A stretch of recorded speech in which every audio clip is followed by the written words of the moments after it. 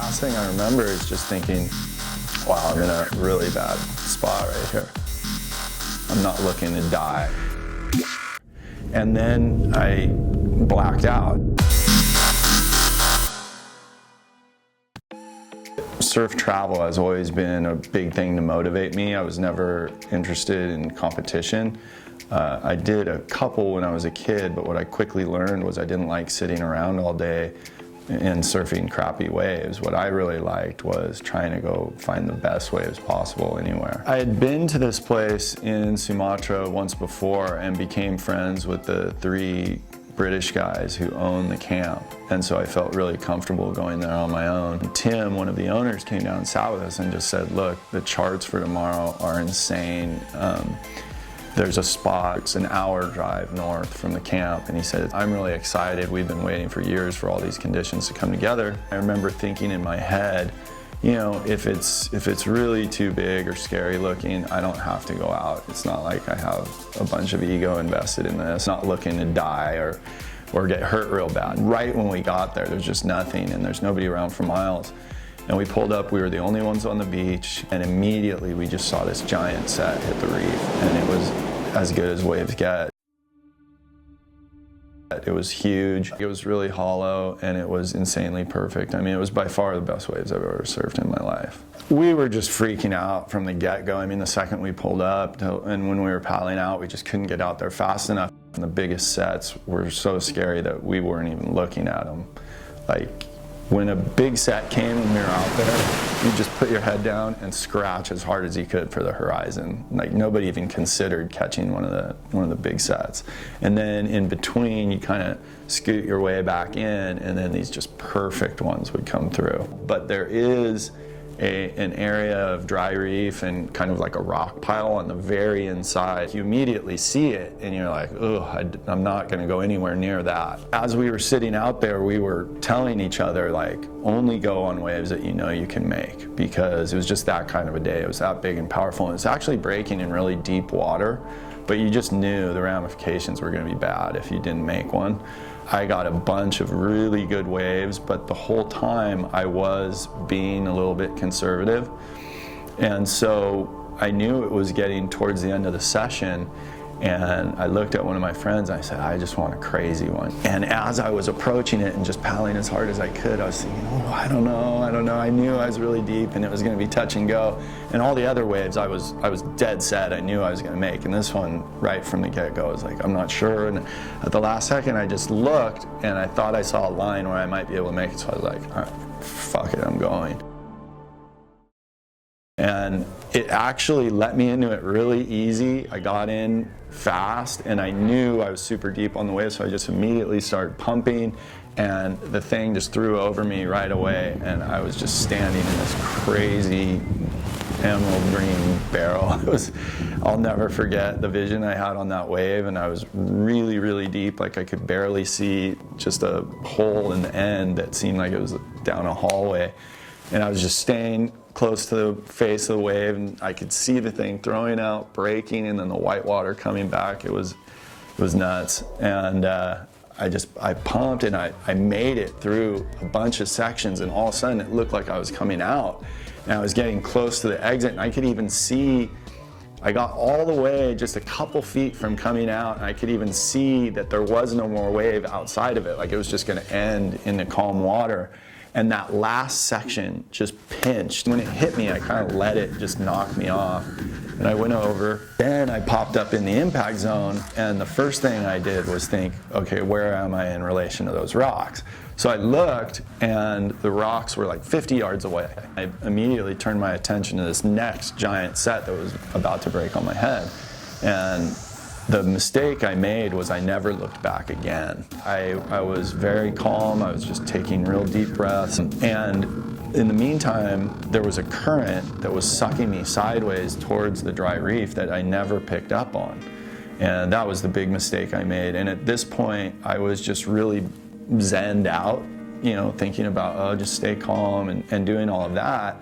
I'm in a heavy situation right here. I might have to take some evasive action, and I didn't really do that. I thought I was in a safe place. I thought I was in deep water. I never felt like I was being pulled sideways by a current. And because I was so far out in the ocean, I couldn't see anything else other than the waves that were coming. I had no way to relate where I was. So then the wave came that destroyed me, basically. And now I'm almost in the channel, and this dry reef is right behind me, and I don't know it. So I'm trying to dig through all this foam, and I have a long leash pulling my board in, and out of the corner of my eye, I'm watching this whitewater come towards me and kind of messing around with my board. At the last second, when I got my board and turned, the wave just morphed from a whitewater, which had been rolling for like 30 yards, and it just turned into like a crazy shore break wave, like something you would see at the Wedge or something, just a triple up. And it just happened in the blink of an eye, and it was right in front of me when it happened. I didn't even have time to dive under it or anything. If I had had one more second, I was so shocked. I couldn't even really believe what happened, what I saw. I just threw my board sideways, and the thing picked me up and sucked me over and just slammed me full force on the dry reef. I never even hit water. I heard the bones break. I remember the noise of all the air going out of me. You're trying to like self-assess. Am I, did I just puncture both lungs? Am I gonna die?